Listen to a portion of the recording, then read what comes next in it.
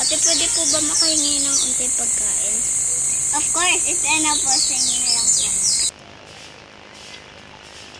Totoo po, thank you po. Namiss ko na si ate. Asan na kaya yun?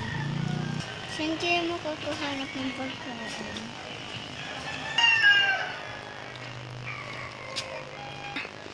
Huy ate, namiss kita.